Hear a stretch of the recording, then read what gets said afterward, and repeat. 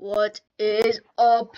I owe you guys about until page 10 of Harry Potter. So yeah, that's what we're gonna be doing. Reading until page 10 of Harry Potter. We left off on page 4. Or at least part of page 4. We read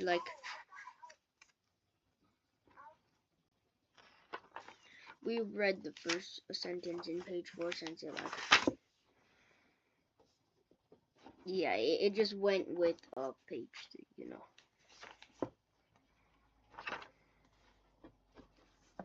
Okay. Okay. Well, hold on. We have to read the last sentence of page 3. I'm trying to find it. His red eyes fastened upon Snape's black ones with such intensity that some of the watchers looked away, apparently fearful that they themselves would be scorched by the ferocity of the gaze. Snape, however, looked calmly back into Voldemort's face, and after a moment or two, Voldemort's mouth curved into something like a smile. Good, very good. And this information comes from the source we discuss, said Snape. My lord. Yaxel had leaned forward to look down the table at Voldemort and Snape. All faces turned to him. My lord, I have heard differently. Yaxel waited, but Voldemort did not speak. So he went on. Dawlish, the Auror, let slip that Harry Potter will not be moved until 13th. The night before the boy turned 17, my source told me there are plans to lay a false trail. This must be it. No doubt, a Confuns charm has been placed upon Dawlish. It would not be the first time he is known to be suspectable. I assure you, my Dark Lord. Seemed certain, said Yaxel. If he has been confounded. Naturally, he is certain, said Snape. I assure you, Yaxel the Auror office will play no further part in the protection of Harry Potter. The Order believes that we have infiltrated the Ministry. The Order's got one thing right, then, said Squantman, sitting a short distance from Yaxel. He gave a wheezy giggle that was echoed, and there along the table. Voldemort did not laugh. His gaze wandered upward to the body reveling slowly overhead, but he seemed to be lost in thought. My lord, Yaxel went on, Dawlish believes an entire party of ours will be used to transfer the boy. Voldemort held up a large white hand, and Yaxel subsided at once, watching resentfully as Voldemort turned back to Snape. Where are they going to hide the boy next? At home, one of the Order, said Snape. The place, according to the source, has been given every protection that the Order and Ministry together could provide. I think that there is a little chance of him taking him once he is there, my lord. Unless, of course, the Ministry has fallen before next Saturday, which might give us the opportunity to discover and undo enough of the enchantments to break through the rest. Well, Yaxel, Voldemort called down the table, the firelight glinting strangely in his red eyes. Will the Ministry have fallen by next Saturday? Once again, all heads turned. Yaxel squared his shoulders. My lord, I have good news on that score. I have, with a different difficulty, and after great effort, succeeded in placing an imperious curse upon Piastignis. Many of those sitting around Yaxel looked impressed. Neighbor Dolhov, a man with a long twisted face, clapped him on the back.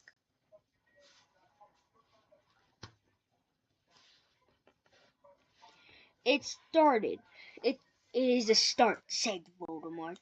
But Thickness is only one man. Skimors must be surrounded by our people before I act.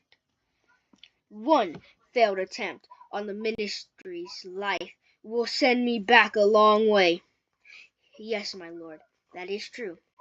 But you know, as head of the Department of Magical Law Enforcement, Thickness has regular contact not only with the minister himself, but also with the heads of all the other ministry departments.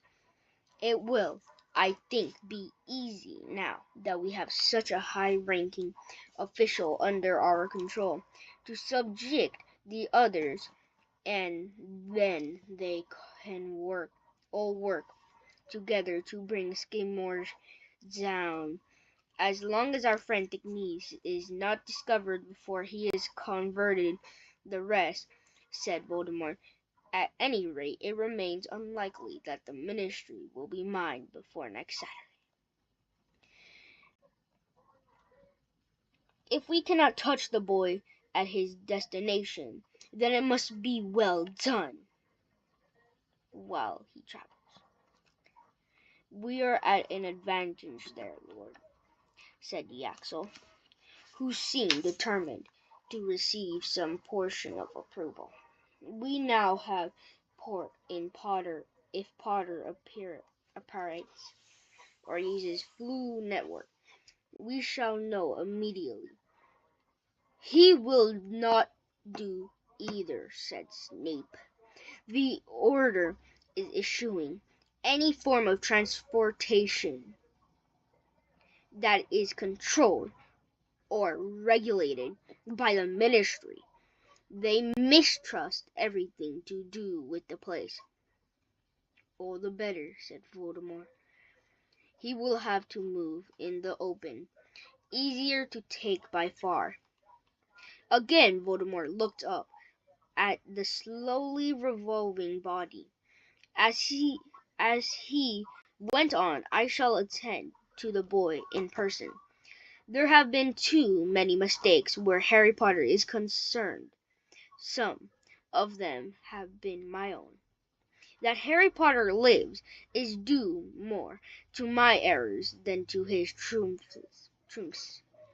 The company around this table watched Voldemort apprehensively, each of them by his or her expressions, afraid that they might be blamed for Harry Potter's continued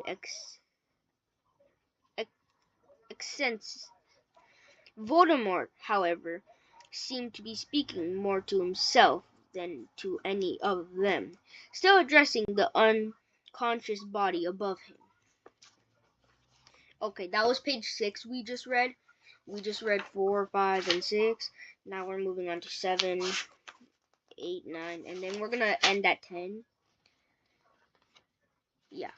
And then we're gonna make another video after this. So, right here, by the way, is the analytics. If you would, please subscribe. We've only gained 5 subscribers.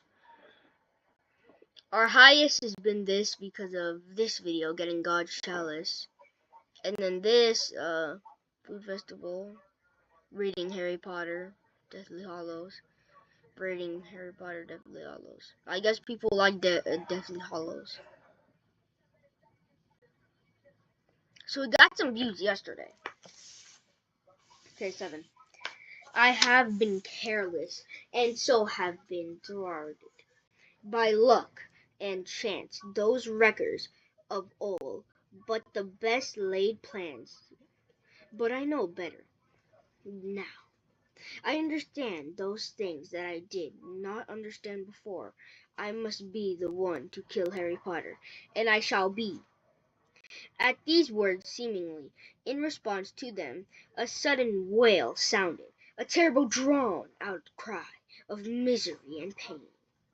Many of those at the table looked downward, startled, for the sound had seemed to issue from below their feet. "Wormtail," said Voldemort, with no change in his quiet, thoughtful tone, and without removing his eyes from the revolving body above, "I have not spoken to you about keeping our prisoner quiet."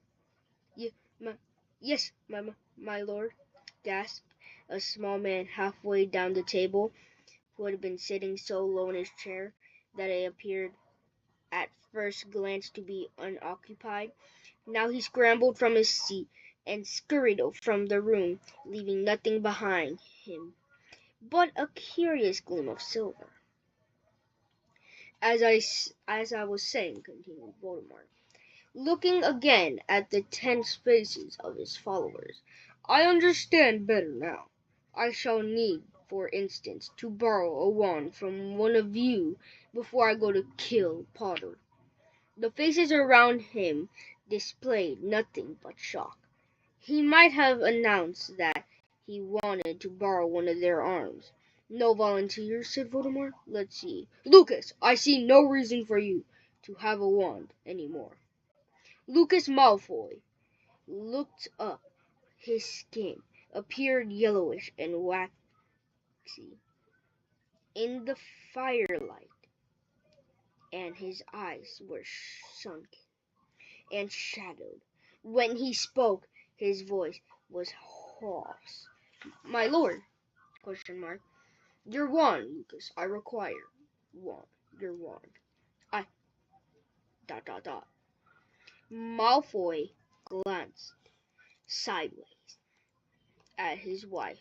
She was staring straight ahead, quite a pale as quite as pale as he was, her long blonde hair hanging down her back, but beneath the table, her slim fingers closed briefly on his wrist. At her touch, Malfoy put his hand into his robes, withdrew his wand, and passed it along to Voldemort, who held it up in front of a wand and passed it. Oh wait, of his red eyes, examining it closely. "What is it?" My lord," whispered Malfoy. "And the core?" Dragon heart string." "Good," said Voldemort. He drew out his own wand and compared the lengths. Lucas Malfoy made an involuntary movement for a fraction of a second. It seemed he expect to receive Voldemort's wand in exchange for his own. The gesture was not missed by Voldemort, whose eyes widened open maliciously. "Give you my wand, Lucas. My question mark." Some of the throng sniggered. Sniggering. It's literally what it says. Look, let me search it up.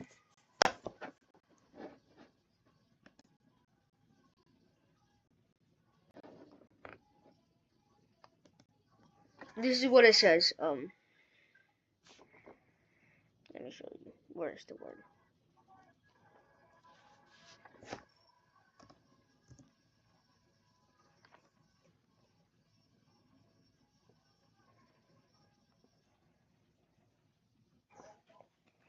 Where is it? Did I just lose it?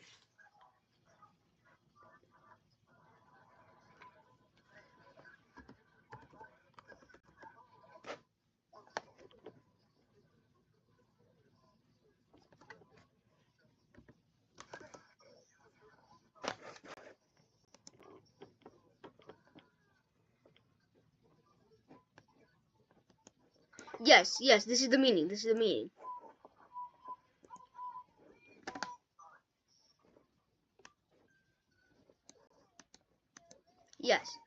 This is exactly what I said. This. Not the bad word. Now let's go back here.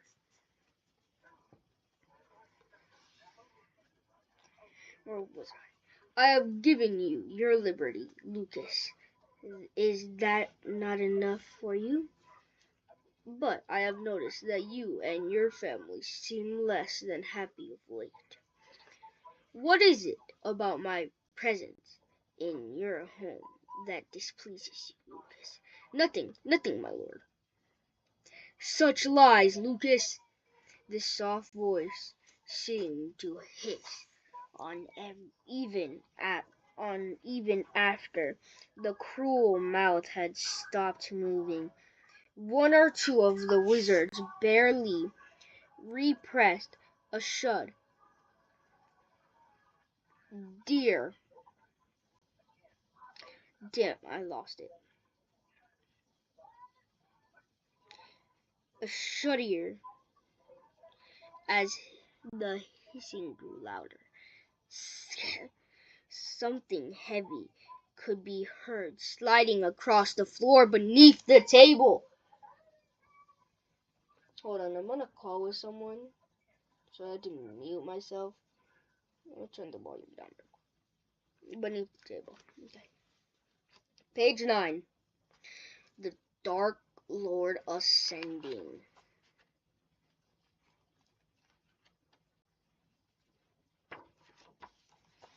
Hold on, where are the pictures in this? Oh, there's no pictures.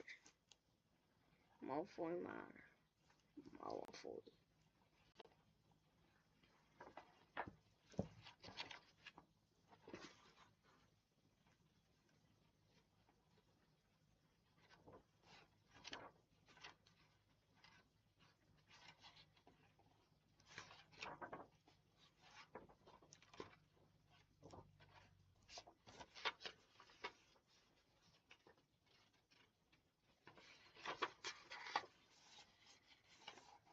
Hold on, pages are like bent. We're on page 9. The huge snake emerged to climb slowly up Voldemort's chair. It rose seemingly endless and came to a rest across Voldemort's shoulders, its neck the thickest of a man's thighs. Its eyes, with their vertical slits for pupils unblinking. Voldemort stroked the creature absently. With long, thin fingers, it looked at Lucas Malfoy. Why do the Malfoys look so unhappy with their lot? Is my return, my rise to power, not the very thing they professed to desire for so many years? Of course, my lord, said Lucas Malfoy. His hands shook as he wiped sweat from his upper lip. We did deserve it. We do. To Malfoy's left, his wife made an odd stiff nod with her eyes avert from Voldemort. And the snake to his right, his son, Draco, who had been gazing up at the inert body overhead, glanced quickly at Voldemort and away again, terrified to make eye contact. My lord, said the dark woman halfway down the table, her voice constricted with emotion. It is an honor to have you here in our family's house. There can be no higher pleasure. She sat beside her sister, as unlike her in looks, with her dark hair and heavily lidded eyes, as she was in bearing and demeanor, where Narcissus sat rigid and impassive Bellatrix leaned toward Voldemort, for mere words could not demonstrate her longing for closeness. No higher pleasure, repeated Voldemort, his head tilted a little to one side, as he considered Bellatrix. That means a great deal, Bellatrix, from you. Her face flooded with color. Her eyes welled with tears of delight. My lord knows I speak nothing but the truth.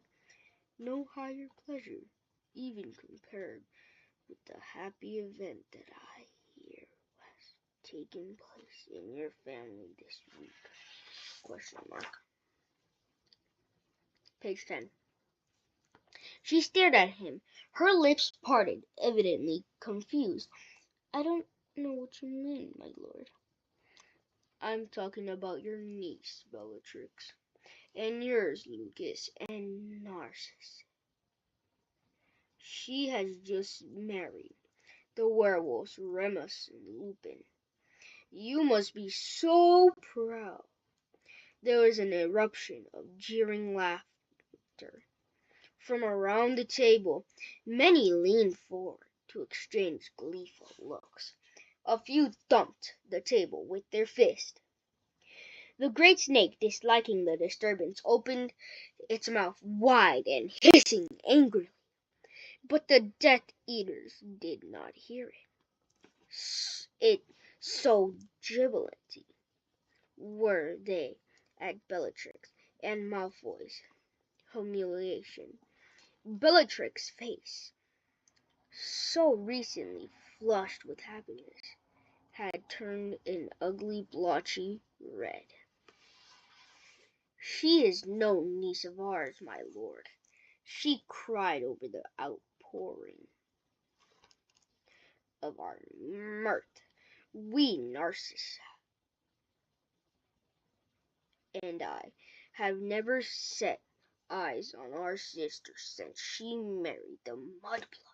This brat has nothing to do with either of us, nor any beast that she marries. What say you, Draco? Asked Voldemort. The thought of his voice was quiet. It carried clearly through the catcalls. And Jeeves, will you babysit the cubs? Question mark. The hilarity mounted. Draco Malfoy looked in terror at his father, who was staring down into his own lap, then caught his mother's eye. She shook her head almost imperceptibly, then resumed her own deadpan stare at the opposite wall. Enough, said Voldemort, stroking the angry snake. Enough! And the laughter died at once. Many of our oldest family trees become a little diseased over time, he said as Bellatrix gazed at him, breathless and imploring. You must prune yours, must you not, to keep it healthy? Cut away those parts that threaten the health of the rest.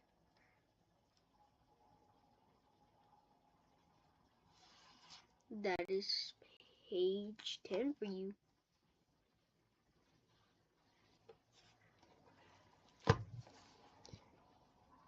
Now we shall end this at 25 minutes.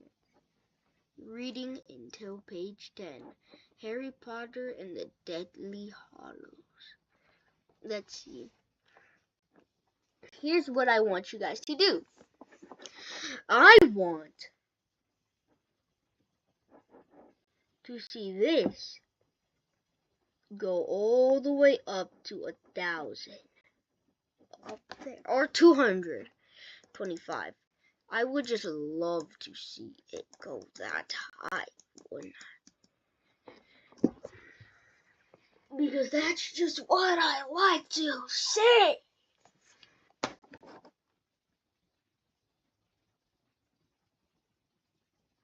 See right here? This is what I don't like. Right here. This is kind of what I like. Right there.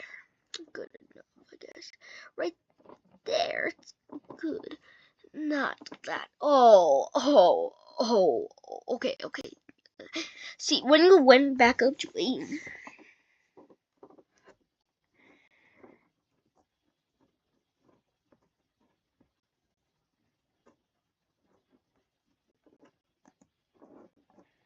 Let's see all of the views I've ever had.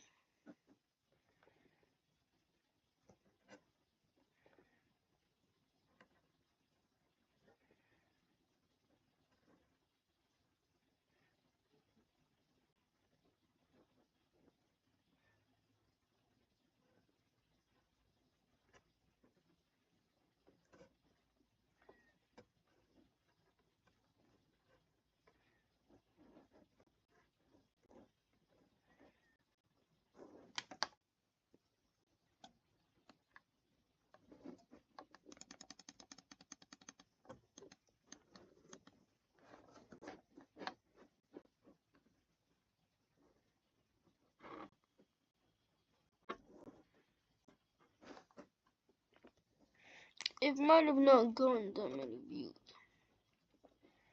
It might have not gotten that many watch times.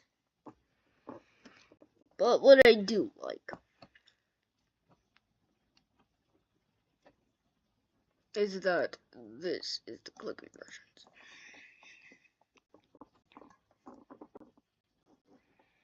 This gained me 3.